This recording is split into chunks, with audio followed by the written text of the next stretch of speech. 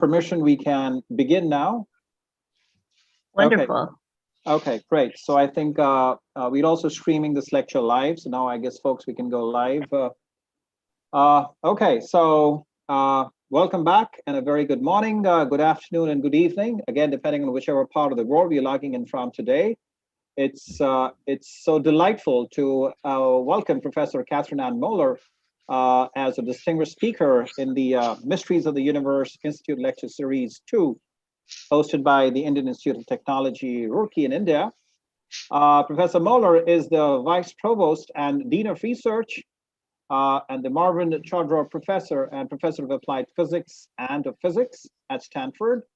She's a co-founder and was the director of the Center for Probing the Nanoscale, or CPN in short, which is a National Science Foundation, NSF-funded center, where Stanford and IBM scientists continue to improve scanning probe methods for measuring, imaging, and controlling nanoscale phenomena.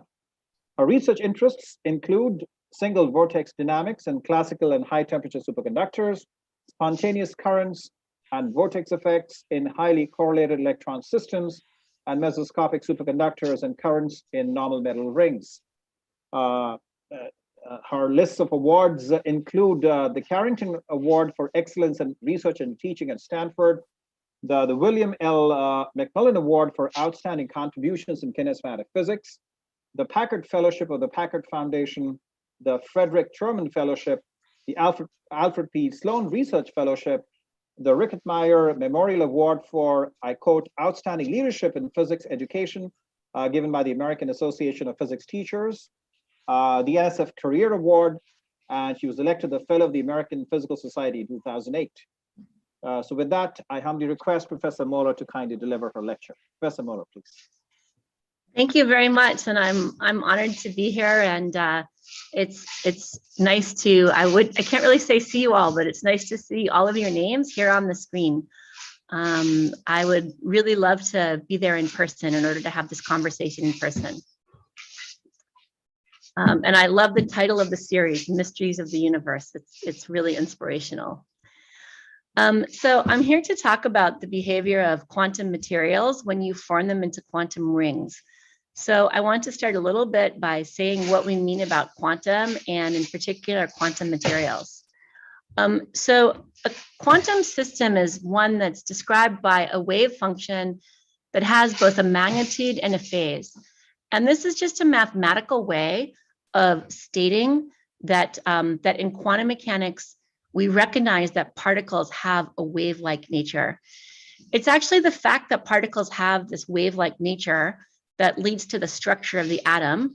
Although I'm sure all of the professional physicists on the call don't like this picture of the atom as much as I dislike this picture of the atom, because it's really a very classical representation of what's actually a much more quantum wave-like system. But the main point is that it's the wave-like nature of the electron, or the single valuedness of the wave function, that causes the electron to form stable orbitals around a nucleus. And without the restriction of the quantum particles, electrons, to being in these orbits, the electrons would rapidly fall into the nucleus and all of matter would be quickly annihilated. So we must be very grateful to the quantum properties of the electrons for our continued existence. Another feature of quantum mechanics that's very important and oft cited in the news lately, if you're following the development of quantum computing, is the fact that in quantum mechanics, a particle can be in a superposition of two states. This is often given as the example where a classical switch or a classical bit, a classical switch can only be up or it can be down. In a classical bit, the method by which computers store information can only be a 1 or it can be a 0. But quantum bits, quantum states of matter, can be both a 0 and a 1 at the same time. And they're not a 0 and a 1 at the same time in some mysterious arbitrary way, as this artist conception recommended. There's really a very precise mathematical relationship between the amount of 0 states that they have and the amount of 1 state that they have, and even the phase of the 0 and 1 in between them. And so it's that property that really really carries a lot of promise for quantum computing. There's a lot in the news about quantum materials these days. When you think of quantum materials, start by thinking of an electron. An electron is a fundamental particle that has both spin and charge. The charge of the electron, charge E, is one of the quantities that introductory physics students learn typically in high school. The electron also spins, and as it spins, it carries a magnetic moment. The study of electrons and materials has been incredibly important for humanity. One of the most famous type of materials in which electrons are active is the conductor, the wires in the walls of our houses through which electricity is carried. And another very famous example is the semiconductor, on which all of information technology is based. A semiconductor is almost miraculous in its simplicity. In a semiconductor, you have a lattice, a lattice of atoms through which electrons, or the absence of electrons called holes, can move. And you can actually treat these excitations as individual particles in a way that greatly simplifies the theoretical modeling of semiconductors. And of course, the ability to do that has enabled the entire information technology revolution that's making it possible for me to give this lecture while sitting in my own home with my puppy at my side. Now, semiconductors and metals are, of course, not the only kind of materials that we have. There are many, many atoms on the periodic table, and those atoms can be arranged in many different structures. So if you imagine different combinations of 1 atom, 2 atoms, 3 atoms, 4 atoms, 8 atoms, and you imagine putting them into different material shapes, you can see that there are many landscapes through which electrons could be moving, and that there are many different ways that those electrons could interact with each other. Now we also take into fact that electrons are actually quantum particles that have a wave-like nature. And furthermore, because electrons are so light, their wave-like behavior can be very manifest in ordinary circumstances in a way that heavier particles cannot. You imagine a situation in which you have many, many electrons, all of which are wave-like, and so in some sense, spread around throughout the material, all interacting with each other. And you need to write an equation that describes the behavior of each of them. You can see now that it's very unlikely that you'll be able to make the simplifying assumptions that led to the understanding of semiconductors. The situation is even worse because electrons can be strongly correlated. If you imagine an individual electron, electrons are a kind of particle called a fermion, which means that they don't like to be exactly where another electron is. This is actually often compared to the automobile. One automobile doesn't like to occupy the same space as another automobile, and that greatly complicates traffic. If automobiles could move right through each other, traffic would flow much more smoothly. So if you imagine electrons sitting on a lattice of the type that you find in a real material, and you imagine that it's difficult for the electrons to occupy the same location, in fact, no more than 2 of them can be in the same state, and those 2 have to have opposite directions of their spin, the situation gets even more complicated theoretically. A final feature that quantum materials often have is the feature of topology. And this lecture is not primarily about topology, although I'll say something about topological particles lately. But topological materials are materials in which the band structure of the material can itself have topological properties. So when you put all of these features together and you try to write down the equations that describe the behavior, the functionality of electrons in real materials, there are very, very few materials actually. There are many materials, but on the scale of all materials, it's a relatively small fraction of them that we understand, as well as we understand the classic semiconductors and the classic metals that we learn about when we first start to study solid state physics. So the study of these materials and the effort to write theories and produce models that are amenable to numerical simulation that let us describe the properties of these materials in an accurate way, and more importantly, in a predictive way, where we could say which atoms we're going to put together and find stable configurations of those atoms, and then predict what the behavior of the electrons in those materials would be, well, to be honest, we're still a very long ways from those predictive theories. And I have spent most of my professional life, as have many of the people on this call, working with the worldwide community of physicists who study quantum materials, in the hopes that by all of us working together, we'll someday have a predictive theory that will let us design materials that have transformative properties that will be of great help to the human effort to live sustainably and wisely together on this planet.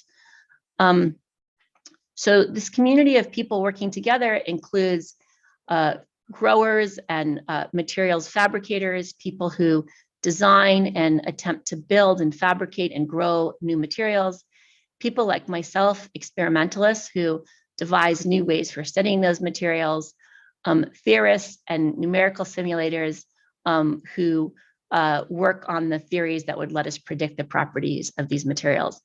It's one of the most important and active fields in physics today, and one where there's a very close shared effort between academics and people working in certain industries that may be able to benefit from the discoveries. So what we do in my lab is we study quantum materials through the magnetic signatures of their electrons. Electrons have spins. The spins create a magnetic moment, and we can see the magnetic moment that's produced by the spins of the electrons. Also, when electrons move, when electrons flow, that creates a current, and as we all know, the currents create magnetic fields. So those are two of the general ways in which you can see electrons without touching them or needing to actually make a transport measurement through the sample itself. And since quantum states of matter can be very delicate, this is a great way to try to see the electrons without actually disturbing them, disturbing what they're doing. Okay, I said in the beginning that one of the key features of a quantum particle is that it has a wave-like nature. And because it has a wave-like nature, it can have both constructive and destructive interference. So, Aharonov and Bohm first wrote this wonderful paper in 1959. You may have studied it in your intro quantum class, or you may have even seen it on a qualifying exam. It's a great question for qualifying exams. But if you haven't, just imagine that you have a beam of electrons coming in, and there's a wave-like nature to that beam of electrons. Now, as you know, when you have waves, they can have either a constructive or a destructive interference. But the special thing that we want to talk about here is not just simply different waves overlapping, but what can happen to one wave when it's charged and it's in the presence of a magnetic field. So Aharonov and Bohm imagined a situation in which you put a magnetic flux, in which you take an electron beam, separate it into a left-going and a right-going arm, and then put a magnetic flux in the center of that arm. Since electrons are charged particles, any charged particle in this situation will be described by a Hamiltonian, and the Hamiltonian will depend on what the magnetic vector potential is. That's just a fancy way of saying that the presence of a magnetic field or magnetic vector potential can change the phase of the electron in the same way that traveling farther can change the phase of a physical wave. So now the left-going electrons pick up a phase that's proportional to this magnetic flux that's been put through the solenoid in the center. And the right-going electrons pick up an equal and opposite phase. And the phase is proportional both to the flux and to the charge of the particle, in this case, an electron that's moving in that path. And when that happens, when the electrons come back together, they interfere either constructively or destructively, depending on how much flux you put through this loop in the center. And that's actually a wonderful way when you can't put up a big screen and see waves in physical space. It's actually a wonderful way to confirm the wave-like nature of charge carriers if they're charged, when you can put a magnetic flux through any kind of loop or different paths. Now, if you have a ring, what that means for a ring, and again, this is a great problem for a final exam or for a qualifying exam. In a ring, the phase of the wave function of the electron has to wind by an integral number of 2 pi's in order to create a standing wave in the ring. And what it means to have an integral number of 2 pi's depends on the flux quantum, which depends on the charge carriers. If the charge carriers have charge E, the flux quantum is h over E. If they have charge 2E, the flux quantum is h over 2E. And so this is a way to probe phase coherent charge states. And to begin with, just by looking at the periodicity of any of the features of this ring, you can tell whether the charge carriers have charge E or charge 2E or some other charge that might be associated with more exotic particles. So what's an example of a quantum fluid where you could see these kinds of properties? Superconductivity was discovered in 1911, and this is a picture of the gentleman who discovered superconductivity. Actually, it's a funny story about the discovery and who won the Nobel Prize, but never mind that today. The key feature is that if you look at the resistance of a material, they found that at some temperature, the resistance of the material suddenly drops to 0. And they called this a superconductor, and it was discovered in 1911. In 1933, an effect was discovered called the Meissner effect, which is that these materials not only have perfect conductivity, but they also expel magnetic fields very, very well, almost perfectly. It was actually a long time after the discovery of superconductivity before the BCS theory of superconductivity was written in 1957. We now know that this theory is an excellent description of many superconductors in certain limits. And then in 1961, people saw the first flux quantization, so 50 years after the discovery of superconductivity. And it was interesting, they were looking for some effect of the single valuedness of the wave function. So there were actually 4 papers that were published back to back in physical review letters.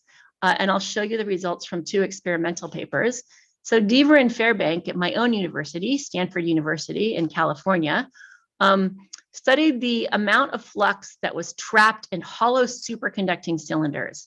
And of course, there would be no reason for this to be step-like if there weren't something quantum going on. And what they found is the amount of flux trapped in the hollow superconducting cylinders varied by steps of an amount that they had expected to be h over E, but what they found is that it was actually h over 2E with an experimental error. And that is that is a very significant indication that in superconductors, the charge is carried by Cooper pairs. Actually, this is a really funny chart because it's notable not only for being one of the first 2 indications of this result, but it's also notable for being, I think, an early example of the importance of lines drawn to guide the eye when you're describing your data. The other experimental paper was written by gentlemen, Doll and Naubauer, who are quite a bit more cautious. Although their data is much cleaner data, as you can see, they did not claim h over 2E quantization. Rather, they pointed out the theoretical prediction of h over E quantization, and then they said that the experimentally observed interval reaches only about 40% of the calculated value, and that the reason for this discrepancy is not clear. Now, this is culturally quite fascinating because I strongly suspect that both of these teams understood the significance of h over 2E in terms of indicating that the charge in superconductors is carried by Cooper pairs, but they really held back from saying that and simply confined themselves to what they could say experimentally, and then let the theorists point out the significance of the value of 2E, which I think is not something that most experimentalists would do today. Okay, so these were the first indications of flux quantization in superconductors. Let me talk about the flux quantization that we routinely see and manipulate in 3-dimensional and 2-dimensional superconductors today. So now imagine that you have a fluid. Imagine that you have a whole bunch of electrons that are flowing without dissipation and with the ability to find their own ground state throughout a superconducting material. Well, what features might you look for? One of the rare but very interesting features, thankfully rare features, that's sometimes seen in air or water is the presence of a vortex. These are thankfully rare because, of course, they cause much destruction when they occur. But just to remind you what a vortex is it's a region where there's fluid or air flowing in a circle around some point of singularity. And as you approach the center, the fluid flows faster and faster and faster until finally right at the center, there's a singularity. Okay, and you also see this in atmosphere. Here's an example of one that's become increasingly, unfortunately, prevalent in the last couple decades. But again, the basic idea is that you have a vortex of fluid flow, and as you approach the center, the fluid flows faster and faster and faster until at the center you have a singularity, in this case, the eye of a hurricane. Now, this particular image is taken with a optical camera from space. And I have to say that optical imaging is a wonderful kind of imaging, speaking as a microscopist, because light travels in straight lines. And so it's quite remarkable. You can look at something that's a long ways away, and because the light is traveling from it to you in approximately a straight line, you can see with very high resolution things that are very far away. The actual method of contrast here comes primarily from, of course, the water vapor, which is different in different parts of the hurricane, and therefore we can see this. We can see these, beautiful, scary but beautiful patterns of where the air is swirling into the center from a very long distance. Now, imagine that you are not looking from miles above the Earth at the Earth, but we're instead looking at the surface of a superconductor. What would you see if you had a vortex in the superfluid in the superconductor?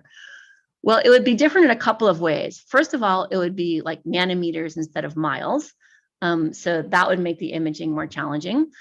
Second of all, since the electrons are flowing beneath the surface of the superconductor, there wouldn't be immediately sort of an obvious optical indication, although there are subtle optical indications for sure. But there's two other features that I want to draw to your attention if we imagine that these are electrons within a superconductor. One is that the electrons are charged, and therefore the fact that the electrons are charged and swirling means that they are creating magnetic fields, so we could look for those magnetic fields. Another feature, which is quite a bit more subtle but important, is the fact that the electrons swirling, remember when the wave goes, now if this is not individual particles, but as a wave in a superfluid, when you go around the center of the thing, the phase has to come back to itself modulo 2 pi. And that means that you can only have a quantized amount of vorticity. It can come back 2 pi, it can come back 4 pi, it can come back 6 pi. And generally speaking, the way that it comes back in real superconductors is it comes back 2 pi. So now if we take a magnetic imaging system and look above the surface of a superconductor, we indeed see blobs of magnetic field that are all approximately the same size. And when you zoom in, now since magnetic fields don't travel in straight line, in order to see something sharp, we're going to have to go quite close to the surface. So if we scan closer and closer and closer to the surface, and this data set was taken by Ophir Aslander, who was a postdoc in my lab some years ago, as we get closer and closer to the surface, we see that the flux quanta get tighter and tighter until we can start to see something more like their actual natural size. And we can see that really it's amazing. They all carry exactly the same amount of magnetic flux. And I can show you, thousands and thousands of images of vortices from my lab and thousands of images of vortices from other labs all around the world. And they all carry, every time people have taken the trouble to measure the flux very carefully, they all carry exactly 8c over 2e of magnetic flux, which is really quite amazing. Now, another feature of vortices in superconductors is that they get trapped on individual defects. And so they can be quite stationary at low temperature. If we warmed up the temperature a little bit, then these would have enough thermal energy to start moving, and then it would be harder to get a good picture of them. Okay, So these vortex signatures of the superconducting state can really tell you a lot about the superconductor. So we in my lab and others in other labs that do this kind of work have learned a lot about different kinds of superconductors from looking at the vortices. And here I'll just show you some of the examples. By the way, I see that there's a message in the chat, and I can't see the chat because I'm presenting. So if there's something that I need to know, please just unmute and let me know. Okay. Actually, this is just a message from the team who is giving us the student team, which gives us the tech support, asking the folks to type in their queries in the chat session, and they'll be taken up at the end of your talk. That's all. Okay, great. Thank you. Yeah, sure. And I'm happy to take them during the talk, but whatever your preferred strategy is. So I'm happy to wait till the end too. I'm looking forward to hearing people's questions. I often learn a lot from questions, so please do put them in the chat as they come up. So in this case, we were looking at the material yttrium barium copper oxide, and we learned that the pinning potentials where the vortices pin have some very particular structures, and the vortices act like elastic strings. So if you imagine grabbing a hold of the top of this vortex, which we can do with a magnetic force, and pulling it, we found that it's like very much like, like pulling on an elastic moving through a landscape underneath. We looked at different materials, and these are mostly for the experts, so I'm not going to go through all the details of what we saw and didn't see, although I'm happy to take questions about it later. But the main point is that you can see many different structures and many different materials, and it's just a great way to test models of the superconducting state. Okay, the particular data that I showed you here was taken with a magnetic force microscope, but we have many different ways of imaging vortices. The way that we use them most these days is with a superconducting quantum interference device. And a superconducting quantum interference device is one that takes advantage of actually the quantization property that I was just talking about. Again, I'd be happy to talk afterwards about how the squid works. But in order to build these devices, we need a very special process. The generation of squids that we use now was actually fabricated at IBM with a $2 million grant from the US government to IBM and us, which was quite a wonderful thing to get. It's a multi-layer process and has a planarized technology. And we spent a couple years actually with IBM making and debugging these devices. They're designed for scanning. The squids have a linear response. They have an on-chip field coil, which is very important. So they've really been a wonderful generation of squids. At the end of the day, though, to understand the rest of my talk, you don't have to worry about any of that. You just have to look at this pickup loop and field coil combination. So here's a pickup loop. So basically, we use the quantum properties of the superconducting circuit to measure the total magnetic flux through this pickup loop. And then we also have another loop, which we call the field coil, and we can put a current through this field coil and thereby can apply a local magnetic field directly to whatever is underneath the sample. Okay, we take this chip. This one is like we'd actually just ground the edge, but these days we'll use ones that have a deep etch. And we take the squid chip and we put it over a sample. And this little micron scale pickup loop will sit right at the corner here, so we can put it very close on top of a sample. And then we just scan the chip back and forth. And that way we can measure the magnetic field that's being produced by different parts of the sample. The spatial resolution depends on the size of the pickup loop. Sometimes we want to use small ones, and we can use squids that give us a few hundred nanometers of spatial resolution. And sometimes we want to use big ones to get more signal.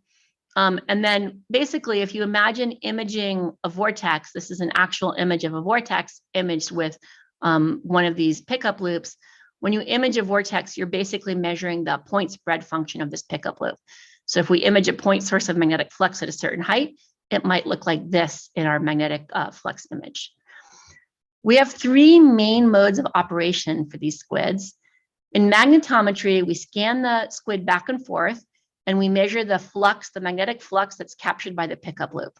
So in that case, we're basically measuring the magnetic field produced by the sample convolved with the point spread function of the pickup loop.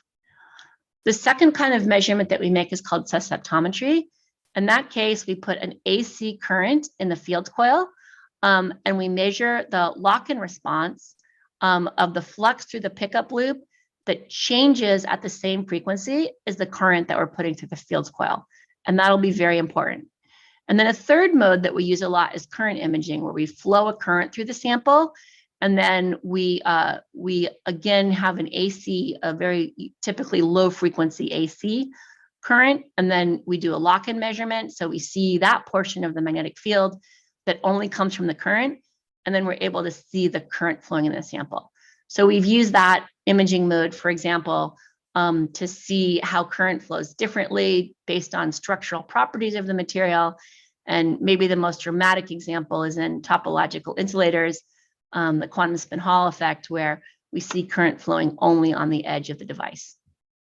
Okay, so this is important. This functionality is really useful to us because we can not only see the vortices that I described before, but we can also basically measure the local superfluid density in different materials. So this is a series of images ranging from 19 millikelvin to 370 millikelvin, where at 370 millikelvin, the material we're looking at is not magnetically active. This particular material is a material called strontium titanate. And the main point here is that it has a very thin layer of niobium doping, 100 nanometers below its surface. And the niobium doped layer then becomes a superconductor, one of the more fascinating superconductors that we know about today. And so what we do is we bring our pickup loop field coil pair close to the system, most of which is an insulator, and we apply a current through our field coil. And when we put a current through our field coil, that puts a magnetic field on this thin layer. And then currents flow in this layer in response, trying to screen the magnetic field. And that changes the flux that we see through our pickup loop. And so by doing that, we can tell how much current is flowing in the superconductor, and thereby we can infer the density of superconducting electrons, if you want to call it that. We usually say the superfluid density of this layer. And so this is what we see, quite fascinating. As we approach the critical temperature of the material, we start to see just a little bit of diamagnetic shielding on these features. And as we cool down, we can see more details. See, here's one that splits like this. That's pretty fascinating. Until eventually the entire material is superconducting with a pretty strong diamagnetic response. And what we're seeing here is that the superconductivity, how quickly the superconductivity starts, really depends on what the structure of the material underneath the superconductor is. So that's a very useful diagnostic for looking at superconductors. Okay, I see we're getting questions in the chat, so I want to move on to the point where we're answering questions. But let me spend my final 15 or 20 minutes talking about persistent currents and quantum rings. I've said a lot about what we see in two-dimensional and three-dimensional materials, where I hope I've shown you that we can measure the superfluid density, we can see quantized vortices, and both of those can tell us a lot about the superconducting state that's underlying the material. So now that we've talked about two-dimensional and three-dimensional systems, let me talk a little bit about what you see in one-dimensional and zero-dimensional systems. So again, imagine that you have a ring, a one-dimensional ring, a wonderful qualifying exam problem, and you have some wave function in the ring. And if you have a stable state, the phase has to wind by an integral number of 2 pi's. What this means is that if you put a certain amount of magnetic flux through the ring, that'll change the boundary conditions, and a little bit of current will flow in the ring in order to add some phase gradient and keep the phase 2 pi periodic. And that's a great way to probe phase coherent states. Both the periodicity and the magnitude of the current that flows can tell you a huge amount about what the state of the charge carriers in this 1D system is. Now, the way that we do this in practice is we'll fabricate a ring, and then we'll bring our pickup loop field coil pair to sit over the ring. Again, our current generation squids were fabricated in a collaboration with IBM and were designed by John Kirtley. And what we do is we put a current through the field coil, and now you can imagine that current through the field coil applies a flux to the ring. So now there's a flux to the center of the ring, and in response, current flows in the ring, and the current that flows in the ring creates additional magnetic flux in the pickup loop. We measure the flux in the pickup loop. And so by applying a current and measuring a flux, we're able to measure the ring current versus the applied flux, just by knowing the mutual inductances between these three rings. Okay, and actually what we tend to do, it's a big advantage to have a scanning system. This technique of studying the behavior of rings has been known for a long time. What's really special about what we're doing is that we're doing it with a scanning system. And that means that we can fabricate a whole array of rings, nominally identical rings, rings that have only one feature different from one ring to another ring. And we can come with our squid and our squid susceptometer, and we can like check the background by going in between rings or going above rings or whatever. And then we can come down over one ring. We can do this measurement. We can go away. We can check the background again. It's a wonderful way to work. There's a brilliant experimentalist named Chandrasekhar, who's at Northwestern now, but he used to be a postdoc at IBM. When he was a postdoc at IBM, he did a famous experiment where he studied the currents in 3 rings, but it took him 3 years to study 3 rings.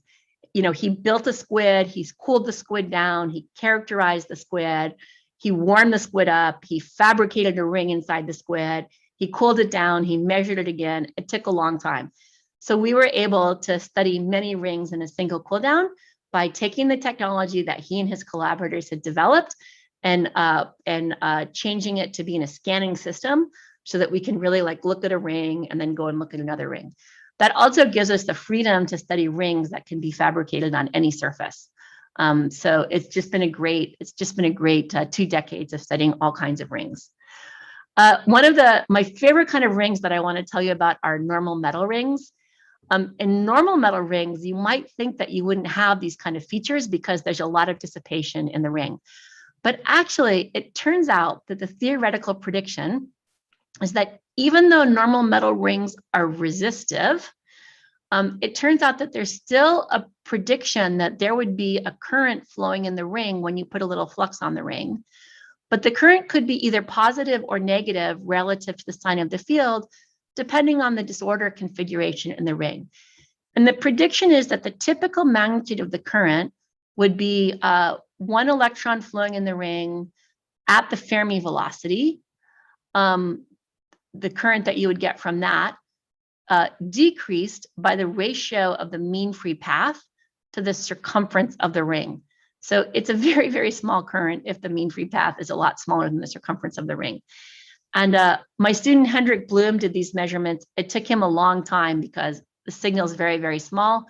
But what we actually found is that in gold rings, the expected behavior of the rings is exactly what was predicted from this theory. In superconducting rings, the signal is much more robust, and I'm not going to go into the details of these, how we can see the fluxoids moving into individual rings or look at the competition between fluctuations in little parts experiment. The main point is that the signals in superconductors are very, very robust and clearly periodic through the amount of flux through the ring. Okay, let me say a little bit about current phase relations and Joseph's injunctions.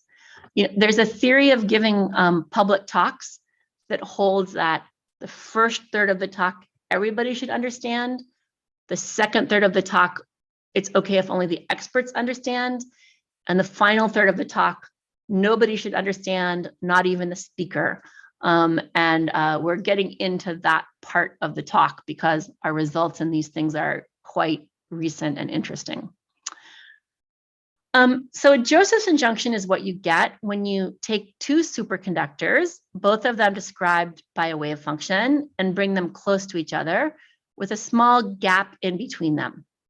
And then the Cooper pairs want to get across the gap if they're going to, if you're going to try to flow current across here. You need to have a way to get your Cooper pairs across the gap from one superconductor into another. In the classic example of a Josephson junction, you don't have anything in between the two superconductors, and then the current flows through a process called quantum tunneling. But there's a whole industry now in which, you know, many different things can occupy the gap between the superconductors. And depending on what the geometry of this gap is, and depending on what you put there, you can have a lot of different properties for the junction to have. The main point is that one of the best ways to characterize this junction, if you can do it, is to measure how much current flows across the junction as a function of the phase difference between the left-hand superconductor and the right-hand superconductor. Okay, I'm going to come back to that in a minute and show you what a classic junction looks like. But first, let me say that there's been a lot in the news lately about the possibility that there might be a really disruptive kind of quantum bit based on Majorana modes. This was originally proposed by Reed and Green in 2000 and really expanded on by Kitaev in 2000 in a very well-cited paper.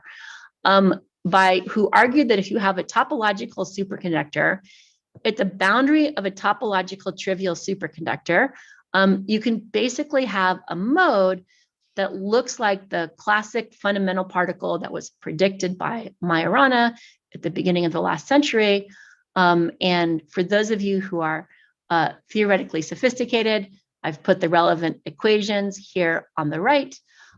It's reasonable, though, to think of these Majoranas in some sense as being like a state that is a half of an electron, if you like. And there are many papers that talk about how these Majoranas could be used for topological quantum computation. I particularly recommend this review by DeSarma, Friedman, and Nyack in 2015. It's a really wonderful review. Okay. So the key point I want to make here is that many people are trying to engineer junctions that have Majoranas in them, and all of the theoretical work on this topic pointed out that measuring the current that flows as a function of the phase difference between the junctions is a key way to search for Majoranas, as well as to characterize the junction in the first place. And I'll just pause and let you all notice how many of these theoretical papers really point out the importance of the current phase relation as a way to probe for Majorana modes.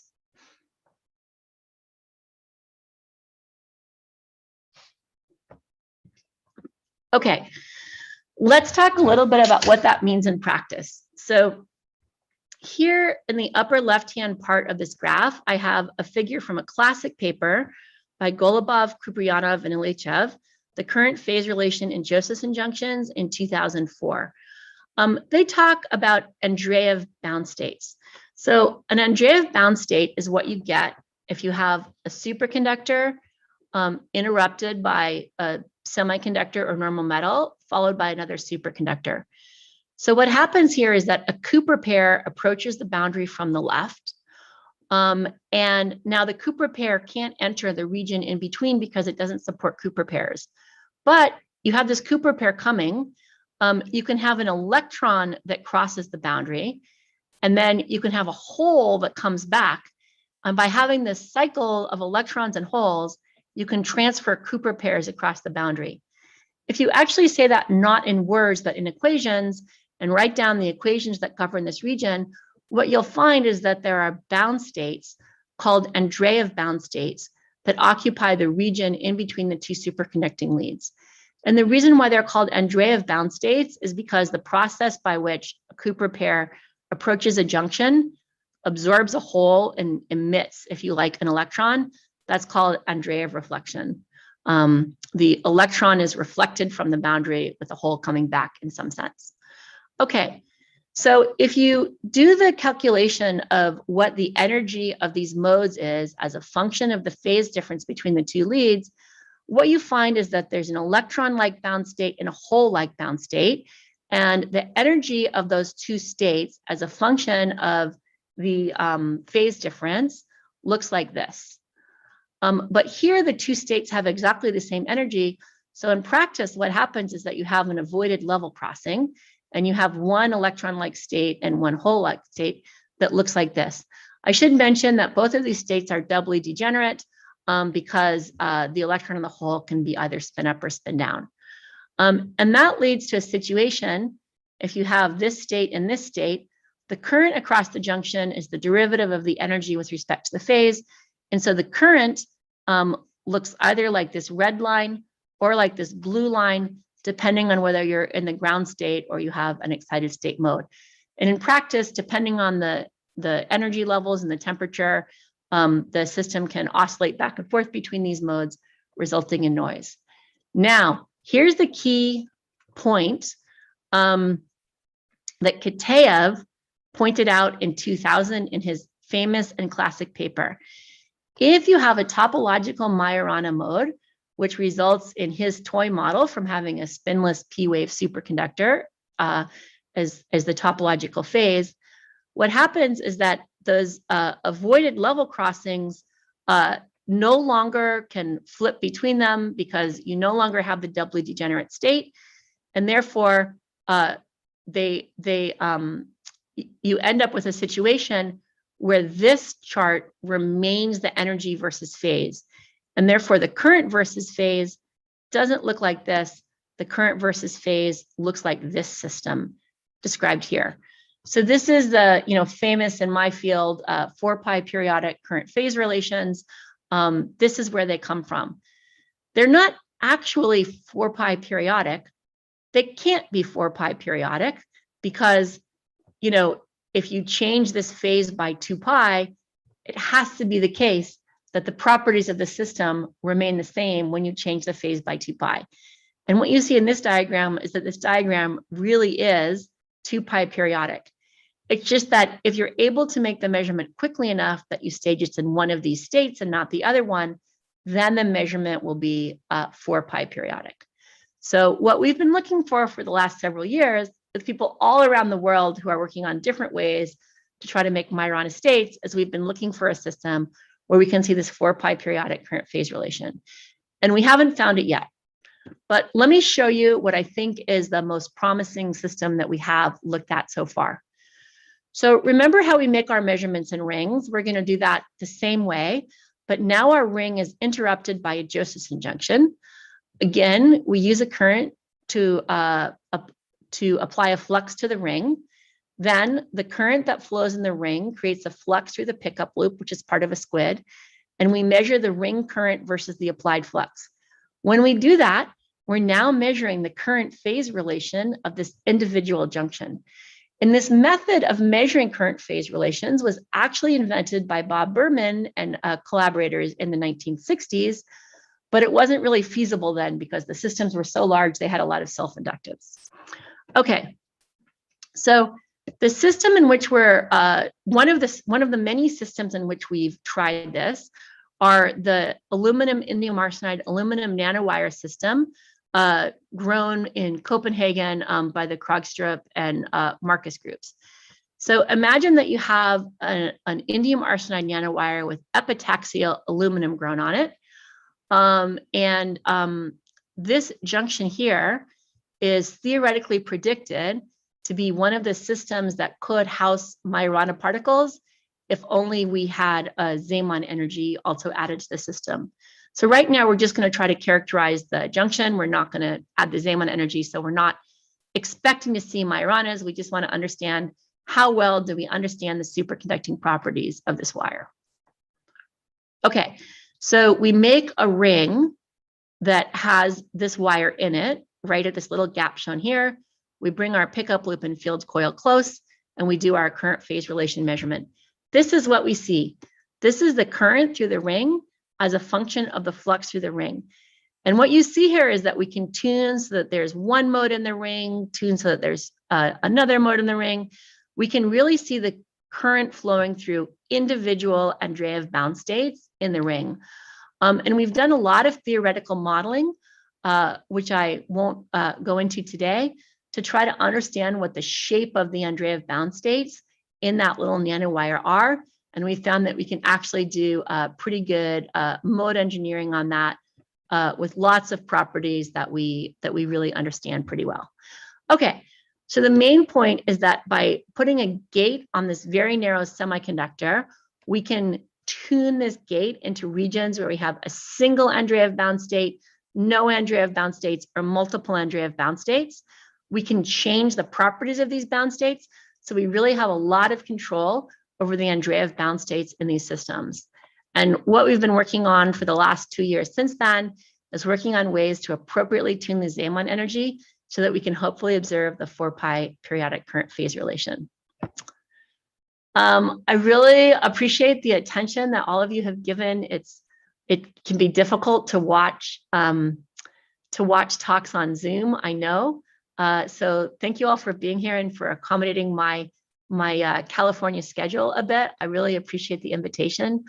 And I just want to give a shout out to all the people in my lab who have worked on this over the years, especially Eric Spanton, shown here with pink hair, and Zheng Shui and Sean Hart, shown here and here, whose results I highlighted at the end. And the people who are now working on this project in my lab are Irene Zhang and Nabani Linandi. And the work was funded, some of the early work was funded by NSF, but a lot of the work that I've showed you today was funded by the Department of Energy through the Stanford Institute for Materials and Energy Sciences.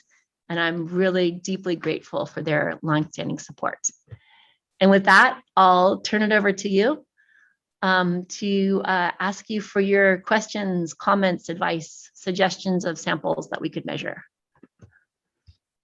Thank you so much, Professor Muller, for that beautiful and such a lucid presentation. Thank you. Can we please have a round of applause for Professor Muller's incredible presentation?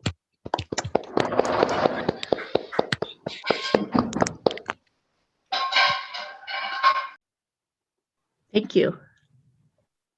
Okay, so I think we can now go straight to the queries. There are quite a few of them. Okay, so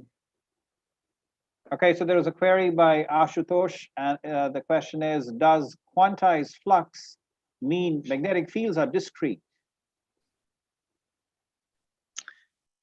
No, the magnetic fields are still continuous, but the amount of magnetic flux that you can have bundled together in a superconductor is discrete. So it's not the magnetic field itself that is discrete, although that's another interesting conversation, but certainly as far as these measurements go, we think of the magnetic field as being completely continuous.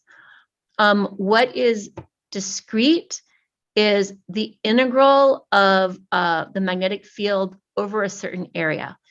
So the magnetic flux is described as, if you think of the magnetic field as magnetic field lines, imagine you just integrate over the strength of that magnetic field, count up how many magnetic field lines are going through a certain area in a sense, and that's what is forced to be quantized by the presence of the charged superfluid. All right, so there was a query by Agaz Mahajan, and the query is, what does the term chiral current mean? Is it currents going in opposite directions? Yes, exactly. The term chiral current is something that we've looked for quite a bit in superconductors that are supposed to be chiral superconductors. So the classic way of explaining what chiral is, you may have first encountered in a high school chemistry class when you learn that there's a difference between right-handed molecules and left-handed molecules. So some molecules can have an arrangement of atoms where the arrangement is different. So I guess the simplest example that I know of is, imagine that you have four atoms. Sorry, this is a little difficult to do it with my hands, but imagine that you have four atoms and one is at the end of each of my fingers shown here, right? Now, if you imagine flipping this, then you can get to a system where you can't put those two molecules on top of each other. So they're different molecules. It's right-handed and left-handed molecules. My hands look exactly the same, but I can't actually put them right on top of each other in the same way without looking at one of them in the mirror. So that's chirality. Now, a chiral superconducting state is a state in which the superconducting state has that kind of chirality in it, and what is predicted to happen as a result of that is that there would be a current flowing either right-handed or left-handed around the edge of the sample in a chiral superconducting state. So for those of you who study superconductors, you know, the classic example is px plus ipy order parameter, and that's predicted to result in a chiral current flowing at the edge of the superconductor. We have spent years looking for that chiral current in superconductors in which it's predicted to exist, and we have not seen it. And there's been a lot of theoretical work trying to understand why we haven't seen it, some of which has caused the very nature of the superconducting state in some of those materials to be reconsidered. Okay, thanks. So there's a query by Lai Chi Long, and I'm not sure I follow the query. It's something like, are there skyrmions, or there are skyrmions, the composite fermions, as your quantized field flux? I'm not sure I follow the query, but something like that. Yeah, so I haven't said anything about skyrmions in this talk, although I could. Skyrmions are very interesting materials. But yes, the many interesting quasi-particles are composite fermions. So maybe in looking for various kinds of composite fermions through studying how the magnetic flux is quantized is actually a very active area of, it's a very well-known and elegant technique, I would say, and one of the ones that we were referring to. Maybe, Alec, if it's okay for people who aren't the questioner, I'll just, maybe we'd explain what a composite fermion is. Sure. Yeah, okay. So when you have electrons in a material, in many of the materials that are well understood, the simplest excitations in the material, they look like electrons. They don't necessarily have the mass of electrons, but they have the quantum numbers of electrons. That is, they have the charge of an electron and the spin of an electron, and they have fermion statistics. But actually, you don't have just isolated electrons acting in the material. You have a whole system of many electrons interacting with the entire lattice. And so it's not obvious that the excitations then should have the quantum numbers of an electron. So so the things that act like particles in a many body system are called quasi-particles. And in some cases, those quasi-particles could have a different charge. They could have charge of a third of an electron instead of the charge of an electron. So yeah, so trying to understand what the quasi-particles or composite fermions are doing is a really exciting part of studying quantum materials. Okay, should I go on to the next question? Yes. So in fact, I just was reminded of this an earlier lecture by Professor Janendra Jain, who talked a lot about composite fermions. I think probably in a similar context in this series. Okay. Yes. Okay. Okay. So Lai Chi Long has a couple of other questions. The next one is, what type of structure of these materials? Material systems is it triagonal or honeycomb? I didn't actually talk about either of those kinds of systems, but those are both systems that we could have. Yeah, and then just to quickly answer the last questions, inelastic neutron scattering is a possible way to study skyrmions, but I haven't talked about skyrmions, so inelastic neutron scattering won't tell you much about any of the systems I talked about, I think. And then I think it was Landau, should have been Landau Fermi liquid, how to distinguish between Landau Fermi liquid and strong collective system behavior. That's also a great question, but it's a question for another speaker, I think, because I'd really have to say a lot of complicated words to try to answer it here. And I don't think I could make it, understandable without more slides. Yeah, that's a different lecture. Sure. Okay, so there is a query by Tushar Kumar, and it says, can you explain the process in detail how you image quantum vortices and get a precise reading in spite magnetic field having a nature to swirl and all other hindrances as quantum fluctuations? Yes, absolutely. So there's a number of different materials to image, number of different ways to image quantum vortices. It's actually a very germane question, because all the images that I showed you are in a regime where the vortices are quite stable. And if we went into a regime where quantum fluctuations are very important, or where thermal fluctuations are very important, the images that I showed you would look much different. And actually, by imaging vortices as you approach those regimes, you can tell a lot about the thermal fluctuations and arguably about the quantum fluctuations as well, although quantum fluctuations are a lot harder to watch than thermal fluctuations are. So that's answering the second part of the question first, because it's quite a fascinating topic. And I think in the future, people who do magnetic imaging who are interested in that will have a lot to do looking at fluctuations with these techniques, especially as we improve these techniques to the point where we can make faster and faster and more sensitive measurements. And that's really a possible role for quantum sensors. So that's the second part of the question. Second part of the question is a great question. They do look very different in that regime. The first part of the question was to ask me to explain the process in more detail of how we image the quantum vortices. So the first set of vortex images I showed you were taken with something called a magnetic force microscope. So in a magnetic force microscope, you've probably all heard of force microscopes where you measure the force on some object. And actually the simplest force microscope is just your hand. You know, if you take your hand and you take your hand close to some surface, like you can start, when you touch the surface, you can very lightly see a force. And, you know, if you touch different things where you see a lighter force, you'll feel a lighter force on your hand. So now imagine though, instead of your fingers, imagine you have some other way of sensing force. The most classic way is with a cantilever. So if you have like a little diving board, maybe a diving board made out of silicon, imagine something that's like, I don't know, a few hundred nanometers thick, right? A few microns wide, 100 microns long, something like that, just a little silicon diving board. And then you put a tip on it. And as you bring the tip, now see, I can measure this force here, tap, tap, tap, tap, tap, and measure the deflection of the diving board as the tip hits things underneath it.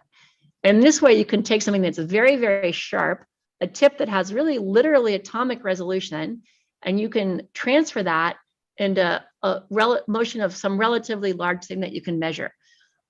Sometimes people measure it by having some strain sensor in the diving board.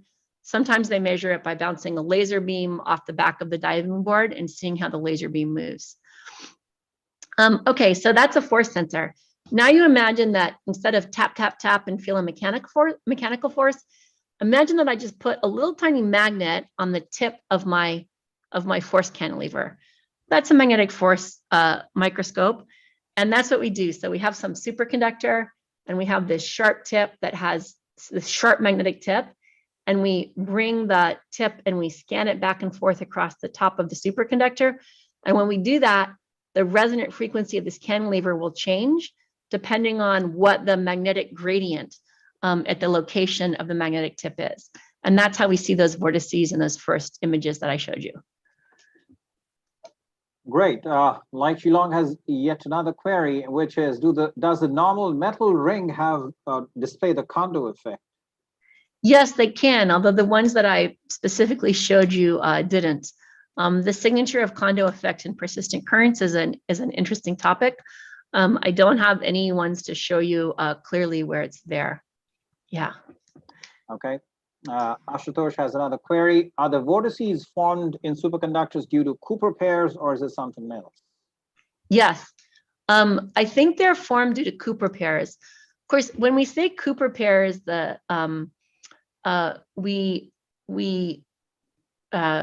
we talk about electrons forming Cooper pairs and the Cooper pairs being the charge conductor.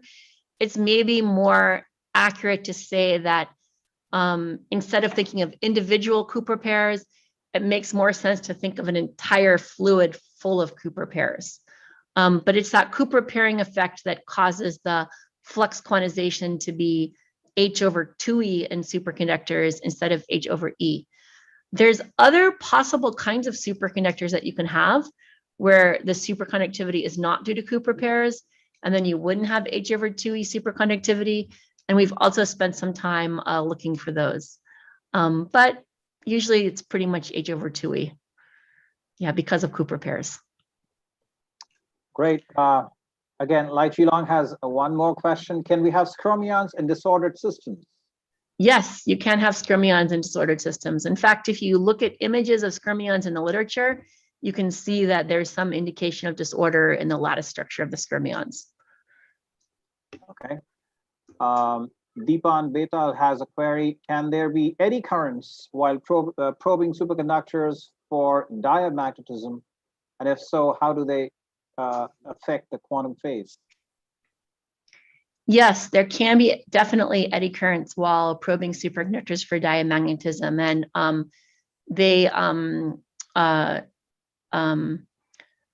do they affect the superconducting phase? Well, we usually try to work in a regime where there aren't significant eddy currents, and so we don't worry about that much. But if they did, then the presence of the eddy current flowing would be an additional mechanism for having phase gradients, and you'd need to take that into account. Yeah. Okay. Okay. How do we describe the spin of a hole? That's a good one. Yeah. Can I do that one, Alap? Oh, yeah, sure. By all Okay, means. great. Yeah. So you can think of the spin. So a hole is basically like a missing electron. So imagine that you have a missing spin. This is where I really wish that we were all in the same room and I would be able to go to a whiteboard. So imagine that you have a row of electrons. So you have this row of electrons. So you have spin, spin, spin, spin, spin, spin, spin. Now you take one of those electrons and pull it out of the system. That's a missing electron. That's a hole. So if you were going by with a magnetic field sensor, what you'd see is you'd see a uniform background because there's spin, spin, spin, spin, spin everywhere.